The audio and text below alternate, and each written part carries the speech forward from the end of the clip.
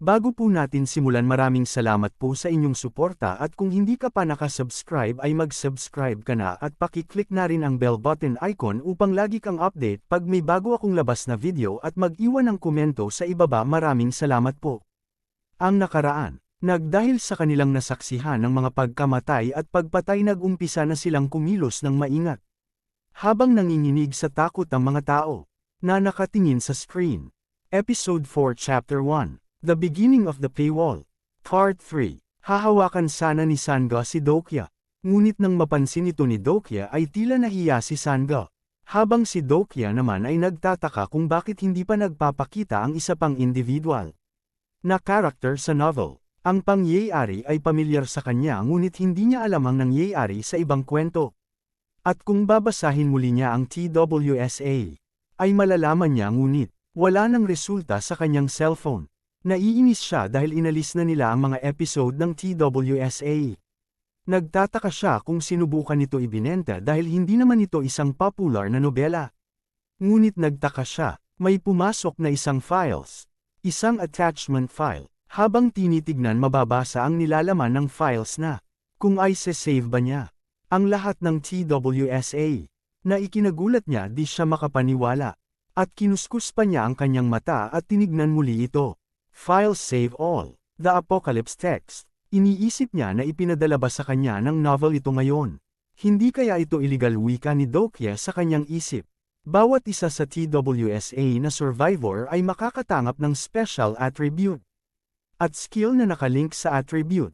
Para itong isang laro. Attribute window. Inisip niya na kailangan niya malaman ang kanyang attribute. At nagtataka. Attribute window cannot be open. Wika ng system. Na ipinagtaka ni Dokya. Iniisip ni Dokya na kung hindi niya mabubuksan ang kanyang attributed window ay hindi niya malalaman kung ano ang kanyang skill. Nalubha niyang ikinadismaya. At nagpasya siya na basahin muna ang nilalaman ng files. At sinabi ng system na ang iyong attribute ay bukas na. Kaya mo na ngayon basahin ng mabilis. Na ikinagulat ni Dokya. Nagtataka si Dokya kung ano ang kanyang attribute. At nagawa lang niyang basahin ng isang minuto ang opening ng TWSA. At nagpapasalamat siya sa kanyang attribute. At mapapansin ang numero ng cabin na 3,707. Sa kanyang binabasa at nakita niya ang kasunod numero ng kanilang cabin sa itaas. 3,807. Nagtataka siya na Damon ang numero ng cabin na yon ay 3,707 at hindi 3,807. Kasama noon, napagtanto ko kung bakit ako nakaramdam ng hindi mapakali. Ang rason ay ang event ay sa paglalahad ng paligid ko. At kakaiba ito sa aking natatandaan. Nagtataka na ang protagonist ng TWSA prologue ay totoo nga na nasa kabilang subway cabin. Sandali lang, ano ang nangyayari sa mga tao sa 3,807 ng story. Tinanong ni Sangha si Dokya kung kailangan ba nila subukan na pigilan sila. Sinilip ni Hee ang kaguluhan at kalituhan na nangyayari sa subway cabin 3,807. Ngunit masyado nang huli ang lahat para sa kanila. 2 tao lang ang makaka-survive sa cabin. Isang lalaki ang hinihawakan sa kwelyo ang isang matandang lalaki at minura niya ito at sinabing saan niya balak pumunta. Tumahimik, kawika ng lalaki na puti ang buhok na handa ng manampal.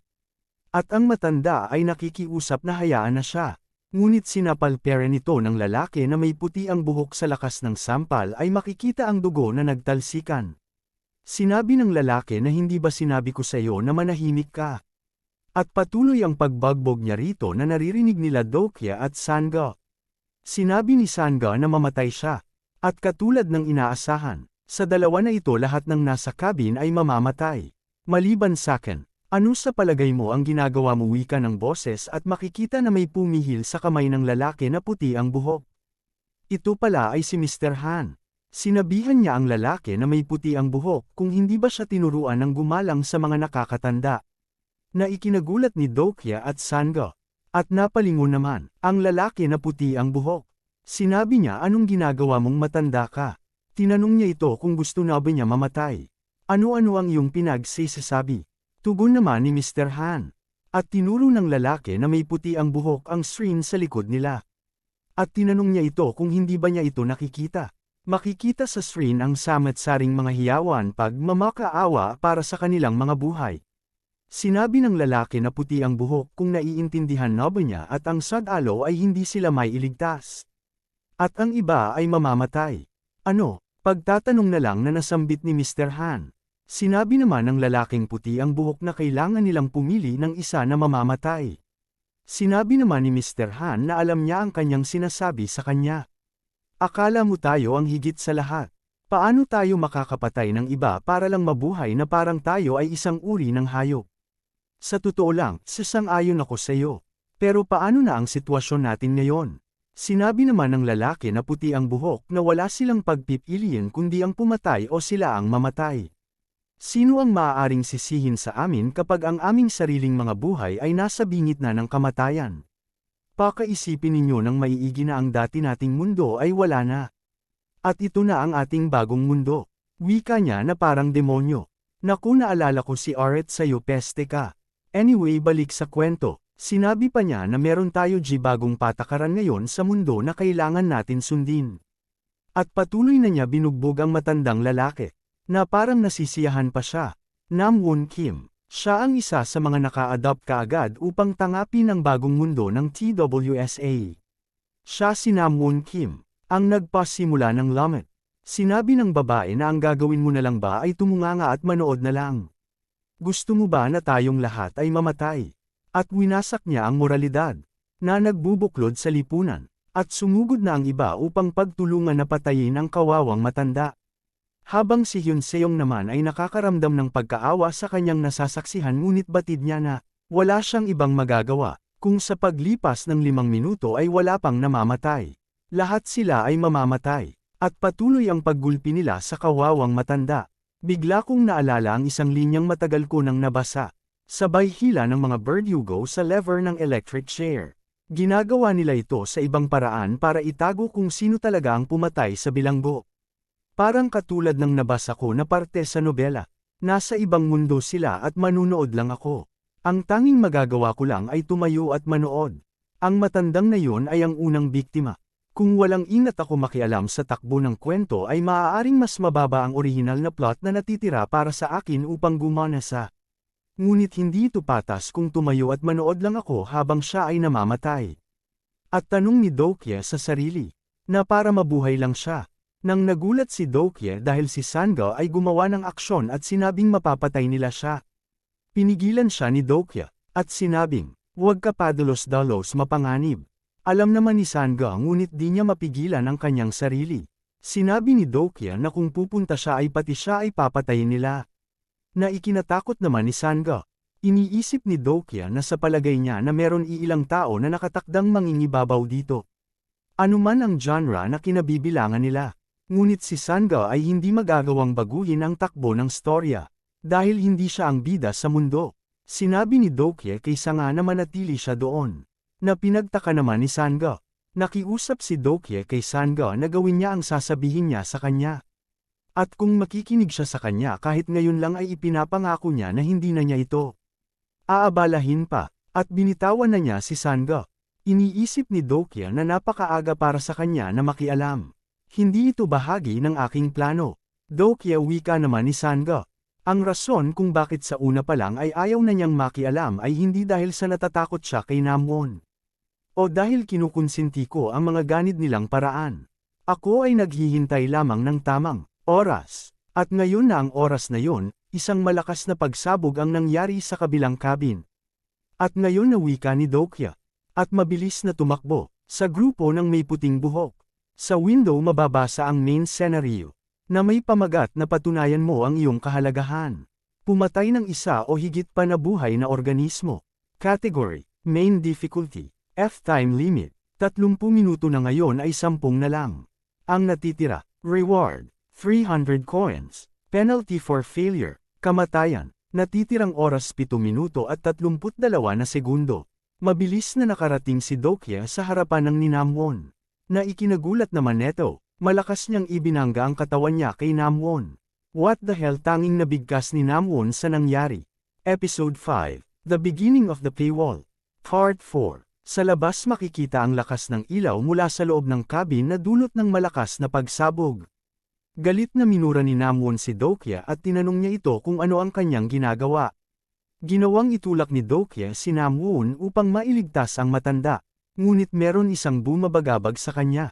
Saan siya, wika ni Dokya na may hinahanap? May nagsabi naman na ipagpatuloy na nilang patayin ang matanda. Iniisip naman ni Dokya na dapat andito lang siya ngunit hindi niya ito makita. At napatingin siya sa batang lalaki na may hawak na isang kulungan na maliit. Nakita din kita, wika ni Dokya sa kanyang sarili. Hinawakan niya sa balikat ang bata. At humingi ito ng paumanhin at kinukuha niya ang maliit na kulungan ng batang lalaki. At meron siya kinukuha sa loob ng kulungan at mapapansin si Dokya na parang nandidiri pa. At may ibinigay siya sa bata. Sumigaw si Dokya at sinabing itigil nila ang kanilang ginagawa. Ang pagpatay sa matanda ay hindi ibig sabihin na sila ay mabubuhay. Nakuha naman ni Dokya ang atensyon ng mga tao at ang tao ay nagtataka sa kanilang narinig. Habang si Dokya ay humihinga-huminga siya ng malalim. At sinabing kapag napatay nila ang matanda, ano na ang susunod? Pagtatanong niya sa kanila. Oo, kung ang matanda ay kanilang mapatay, mabibigyan lamang sila ng kaunti pa na oras, ngunit pagkatapos ano ang kanilang gagawin? Kung totoo ang sinabi ng Dokaebi ay kailangan nila na pumatay bawat isa sa kanila. Kaya sino ang isusunod ninyo na patayin? Papatayin niyo ba ang katabi ninyo? At bigla natawa si Namwon. Siyempre natural automatic na yun, wika ni Namwon. Sinabi pa niya na papatayin nila ang mga tol-una na tulad mo, huwag ka mag-alala, ikaw na ang susunod bago ang lahat. Ang tsansa ay 50-50 lang. At galit na binangit ni Dokya ang pangalan ni Namwon Kim. Ngunit sa isip ni Dokya, alam niya na sasabihin na ni Namwon yon. Sinabi ni Dokya na bakit nila isusugal ang kanilang buhay kung meron naman ibang paraan para makasurvive na hindi nagiging mamamatay tao. Na ikinagulat nilang lahat at nagtatanong kung papaano. Nakalimutan niyo na ba ang sinasabi ng senaryo? Kailangan natin pumatay ng tao. Hindi ang sinabi ay kailangan natin pumatay ng isa o mahigit pa na buhay na organismo. At ipinakita ni Dokya ang hawak niya na isang insekto. At natahimik ang lahat habang tinitignan siya. Insect syempre, at nagsimula na magkagulo ang mga tao sa kanyang harapan. Ang kabaliwan na nagtulak sa kanila na patayin ang matandang babae. Ngayon ay mabilis na lumapit sa akin. Ngunit bakit? Bakit ang aking puso ay tumitibok sa kaligayahan? Sa ganitong walang katiyakan na sitwasyon. Bakit ako nakangiti? Lagi na lang ba akong ganitong klaseng tao? At piniga niya ang insekto upang matape niya ito. At ang maliit na kulungan ay inihagis niya sa taas at natila papunta kila Sangga at Hyunseong. At ang isang insekto ay naliparan. Isang mensahe ang lumabas. Ang unang tao na nakapatay ay natapos na. Makakatanggap ka ng 100 na coins bilang bonus. At ang mga tao ay patuloy na naghahanap sa mga insekto. Napatingin si Dokya sa oras at nakita niya na may 3 minuto at 12 segundo na lang ang natitira. Hoy, ikaw, bakit mo ginawa yon? Wika ni Namwon. Naibigay mo na lang ang mga surot. Sinabi naman ni Dokya na 3 na lang na insekto ang nasa loob ng maliit na kulungan. Na ikinagulat ni Namwon, at sabay tawa ng malakas. Ginawa mo bang itapon yon upang walang sinuman ang mabuhay? Huwag kang magpatawa. Walang sinuman sa kanilang tamang pag-iisip ang kukuha ng isang stunt na tulad nito para sa ganoong uri ng handgal na dahilan. Sinabi pa ni Namwon na si Dokya ay gusto lamang niya makita na nagpapatayan sila para sa kanilang buhay. Habang si Dokya naman, oo, si Namwon Kim, ay ganitong klaseng tao, malupit siya at laganap at natutuwa sa ganitong sitwasyon. At may nagtumunog na notification. Ang personal skill character ay aktibado na, at nakikita niya ang character ni Namwon Kim. Character profile name, Namwon Kim. Edad, 19. Support ng constellations, wala. 2 constellation ang interesado sa individual na ito. Personal na katangian, Edgelord, generic. Personal na kasanayan, exceptional adaptability level. 3, knife fighting level 1, grimdark awakening level 0.1 pangkalahatan na antas. Stamina level 3, strength level 4, agility level 6, mana level 0.4 pangkalaatang evaluation. Isang teenage edgelord kung kanino madaling madilim na tigig ay nagising dahil sa kakaibang panganib. Nakikita ko na, sa palagay ko alam ko na ang attribute ko, wika ni Dokya. Karamihan sa mga teen edgelord sa TWSA ay hindi nakayanan ng bangungot na naging katotohanan at nagpakamatay. Ngunit si Namwoon Kim ay naiiba. Delusional Demon. Namwoon Kim, edgelord ang batang ito, na sa kalaunan ay pagkakalooban ng angkop na palayaw na iyon ay hindi karaniwan. Edgelord. Matagal na panahon na niya hinihintay na matupad ang apocalypse. At napakabilis niyang maa-adopt ang mundong ito. At ngayon na ang delusional demon. Niyaya ni Namwoon si Dokya na makipagtulungan sa kanya. Ang pag-intindi ni Dokya kay Namwoon ay tumataas. Ang natitirang minuto ay 2:59 na segundo. Sa kabilang cabin na nababalutan ng apoy. At mga patay na tao. Cabin 3,707. May naglalakad na nakaitim na kasuotan. Habang ang mga tao ay naririnig parents sa paghahanap ng mga insekto. Makikita na papalapit na ang tao ay kanilang cabin. Episode 6, Chapter 1, The Beginning of the Paywall Part 5. Sinabi ni Dokya na nagtatrabaho siya ng mag-isa, na ikinabigla naman ni Namwoon. Sinabi naman ni Namwoon na nakakahiya naman. Iniisip naman ni Dokya na kung makikipagtulungan siya kay Namwoon ang kanyang kaligtasan sa ngayon ay magagaratiya niya. At kung hindi niya nabasa ang TWSA, malamang na gumawa ako ng ibang pagpipilian. Ngunit isa akong reader na alamang tungkol sa kanya at sa kanyang hinaharap. At pagkatapos ko siyang makita sa personal, at hinawakan ni Namwoon si Dokya at sinabing, huwag siyang hamarang sa kanyang daraanan. At meron pa siyang kailangan tapusing trabaho sa matanda. Hindi ko hahayaan na ang surut na nahuli ko ay makawala sa aking palad. At bigla pinigilan siya ni Dokya sa kanyang gagawin, na ikinagulat ni Namwoon. Sinabi ni Namwoon kay Dokya na umaarte ba siya na isang bayani ngayon? O nag-iba na naman ang kanyang personalidad? Jizz! Alam mo na ang lahat ay pareho. Naisip naman ni Dokya, na-realized ko kung gaano ko ayaw ang kanyang character sa TWSA. At makikita sa kanyang muka ang pagkainis. Sinabi ni Namwoon kay Dokya na ang mga tao na katulad niya ay nagbibigay ng sakit sa kanya. Nakita si Dokya ang abiso na si Namwoon ay naiinis na sa kanya. At sinabi ni Namwoon kay Dokya na umalis siya at inatake niya ito na may kasamang aura. Sinabihan niya si Dokya na hindi na siya masama dahil naiwasan niya ang kanyang pag-atake. Alam naman ni Dokya sa umpisa pa lang na gagawa na ng hakbang si Namwoon. At muli sinutok ni Namwoon si Dokya ngunit nasalag naman niya ito. Napaisip si Dokya na yun ang skill attribute ng edgelord. At ginamit ni Namwoon ang skill na Grimdark Awakening Level 1. Napansin naman ito ni Dokya. At naiwasan niya ito, na dahilan upang tumama sa may sahig. Ano ta? Napakalakas ko wika ni Namwoon sa sarili habang tumatawa. Ito ang dahilan kung bakit maging ang pangunahing bida ay patuloy na nire-recruit siya kaya ayaw niya sa kanya dahil isa siya sycophant. Gagamitin ko na ba yun ngayon? Pagtatanong sa sarili ni Dokya. At sa status window, na-unlock mo ang level 1 ng iyong personal na skill. Omniscient Reader's Viewpoint, wika ng system, na ipinagtataka niya. Omniscient Reader's Viewpoint, at bayan wika ni Dokya sa sarili.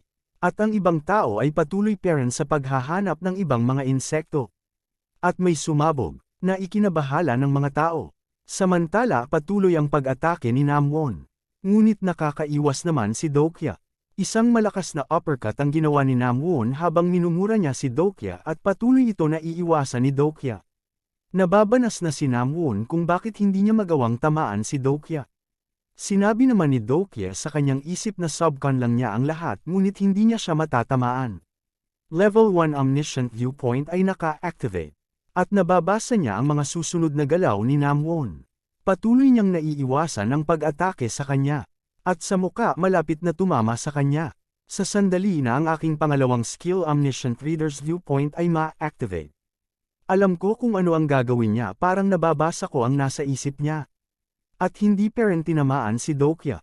Ngunit naging dahilan naman ito upang matomba siya. At sa sobrang galit ni Namwoon ay tinrush talk na lang niya ito at isang pag-atake pa ang isasagawa niya. Ngunit ang tanging magagawa lang ni Dokya ay iwasan ang mga pag-atake sa kanya. Hangga't maaari at kailangan pa niya ng kaunting sandali. 2 minuto na lang ang natitira bata wika ni Dokya. At napamura na lang si Namwoon. At napatanjin sa matanda. Iniisip ni Dokya na kung mapatay ni Namwon ang matandang babae ay maklear ni Namwon ang senaryo. Kahit anong mangyari hindi niya hahayaan na ang katulad ni Namwon ay maipasa ang senaryo. Kaya tumakbo siya sa matanda habang si Namwon naman ay nakangiti na bumunot ng isang kutsilyo. Sinabi ni Namwon, "Haha, alam ko na gagawin mo yan." At nabasa ni Dokya na ang puntirya ni Namwon ay ang puso. Skill knife fighting. Sa ginawa niyang pag-atake nagawa naman iwasan ito ni Dokya ngunit nadaplisan pa rin siya sa kanyang balikat. At napapikit siya sa sobrang sakit dahil parang sinusunog ang kanyang balat. At bumaon ang kutsilyo sa sahig at si Dokya ay kinuha ang pagkakataon upang ialis ang matanda. Pilit niya itong binuhat na siya ay pagod na. Ang kamatayan ay nakapalibot sa bawat sulok. At kung matatalo siya kay Namwon Kim ay mamamatay na siya dito. Ito ang mundo na basta base sa survival ng lakas ng pangangatawan. Hindi, ang mundo ay palaging ganito. Nakalahad sa batas ng kagubatan. Ang mahihina ay pagkain lamang ng mga malalakas. Wala naman talaga nagbago. Maliban lang sa patakaran na lalo pang lumino. Kailangan ko ring sumunod sa panuntunang yon. Kung gusto kong mabuhay, papalapit na si Namwon at sinabing lika na Mr. Smarty Pants wala ka ng lakas upang tumakbo. Kahit kailan bigyan mo ako ng pabor at umalis na tayo dito at naubusan na tayo ng oras. Habang si Dokya, kung mag-aalinlangan ako, at sinabi niya, Namwon Kim, second-year student Changhil High School ang isang itlog ba ng insekto ay organismo? Tinanong naman ni Namwon kung ano-ano ang kanyang pinagsisasabi, at isinara ni Dokya ang kanya kamay na may isa pang insekto at sinabi. Ang sagot ay, oo, at bigla napakaraming nag-pop up na abiso sa kanya na di mabilang. Nakakuha ka ng 100 coins bonus at napatay mo ang buhay na organismo. At paulit-ulit na lumitaw ng walang hinto, na ipinagtataka naman ni Namwon at sinabi niya na papaano? Ako dapat ang nakakaalam niyan wika niya at bigla galit na umatake kay Dokya. Nakakuha ka ng coin, gusto mo bang subukan na gamitin ang coin wika ng system? Ngunit tinangihan niya ito at sa halip nag-invest siya ng 2,700 coins para sa kanyang stamina. Na naging resulta upang ang level 1 niyang stamina ay umakyat sa level 10. At ang kutsilyo malapit na sa kanya, at nang tumama ay hindi nito nagawang bumaon sa dibdib ni Dokya. Na nagkaroon pa ng tunog na kala mo ay tumama sa isang matigas na bagay. Na ipinagtaka ni Namwon. Ngunit bakit wika niya? Sinabi naman ni Dokya na ang mga tipaklong ay meron mahigit na 100 na itlog kapag nasa panahon ng pagpaparami. Hindi ako ang siyang mamamatay, kundi ikaw wika ni Dokya na may seryosong pagmamuka. At ang oras 57 seconds at pinagpawisan ng husto si Namwon. Patuloy niyang inatake habang minumura at sinasabihan na mamatay na. Si Dokya naman ay nakatayo lamang at nagkakape pa. Hahaha joke. By the way, balik sa kwento, patuloy pa rin sa walang humpay na pag-atake si Namwon. At si Dokya ay wala nang ginawa kundi hintayin na lang matapos ang oras ng senaryo. 4, 2, 0. Ang inyong oras ay tapos na, nagpapatuloy sa pag-checkout. Wika ng system at tanging sigaw at pagdanak na lang ng dugo ang narinig at nakita kay Namwon. Main scenario number 1, patunayan mo ang iyong kahalagahan. Ay tapos na. Number of survivors sa cabin 3,807 ng train number 3,434 to Bulguang. 5 at dyan po nagtatapos ang chapter 4 to 6. Abangan ang next chapter. Salamat po.